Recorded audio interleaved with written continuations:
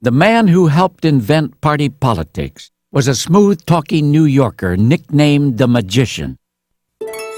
He was Martin Van Buren.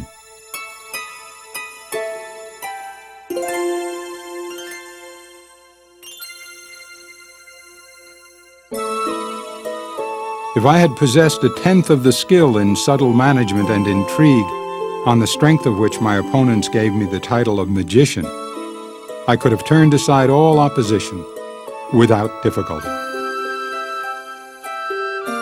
He was the first president born an American citizen and the first professional politician in the high office.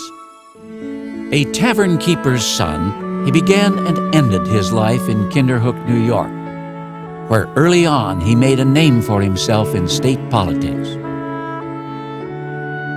And between 1817 and 1821, he put together the country's first great political machine.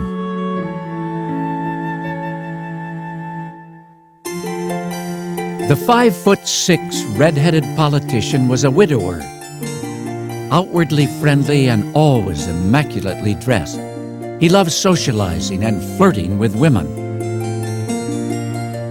His house was filled with music and large dinner parties that often turned into late-night card games.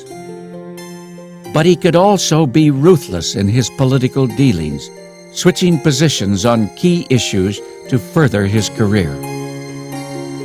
I try to be harmless and positively good-natured, but my adversaries regarded me as never so much in my element or so happy as when concocting and advancing political intrigues. In 1821, he was elected to the U.S. Senate and got his chance to try out his political methods in Washington. Putting together a coalition of Northern and Southern politicians, he formed what would become the Democratic Party. 3 years later, he placed his powerful political machinery behind the candidacy of Andrew Jackson. When Jackson was elected president the following year, the Magician was named his Secretary of State. It was a triumph for Van Buren's quiet, behind-the-scenes approach to politics. He was a person who quite consciously endeavored to get along with everyone with whom he needed to deal. It was once said of him that he rowed to his objects with muffled oars, a term I've always liked. This made him very attractive to other professional politicians, not least to Andrew Jackson, who can't be characterized that way at all, but saw the great value of having a lieutenant who could. In late March 1829, Van Buren arrived in Washington to meet for only the second time in his life the man he had helped put into office. It was dark when I reached the White House. There was a solitary lamp in the vestibule and a single candle in the president's office. From that night on, relations were inviolably maintained between that noble old man and myself. In the White House, Van Buren became Andrew Jackson's chief political ally, calming opposition, wooing the press, putting a good spin on Jackson's use of the spoils system. They became so close that others grew jealous. When Jackson dances, wrote one observer, it is Van Buren who plays the fiddle. Cartoonists portrayed him as a sly fox, always lurking on the sidelines. Why the deuce is it that they have such an itching for abusing me? I try to be a most decided friend of peace. In 1832, when Andrew Jackson was elected to a second term, his new vice president was Martin Van Buren. And 4 years later, with Jackson's endorsement, the Magician was elected the country's 8th president. He promised a continuation of economic good times, but less than 2 weeks into his administration, a financial crisis erupted. And as waves of panic spread across the country, local banks refused to pay off their depositors. The situation of the banks is a matter of the gravest consideration.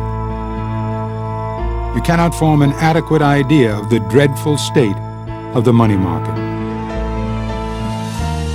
Van Buren's solution to the crisis was ironic, since his mentor, Andrew Jackson, had forcefully put an end to the National Bank. It was to propose the establishment of an independent treasury, and it became the central accomplishment of Van Buren's presidency, eventually becoming the backbone of America's financial system. Our foundations are wisely and firmly laid, and our triumph will come in good time. But as the election of 1840 approached, the economy took another sudden plunge downwards, and nothing Van Buren could do could restore public confidence. He became the first of a handful of American presidents to be done in by economic bad times.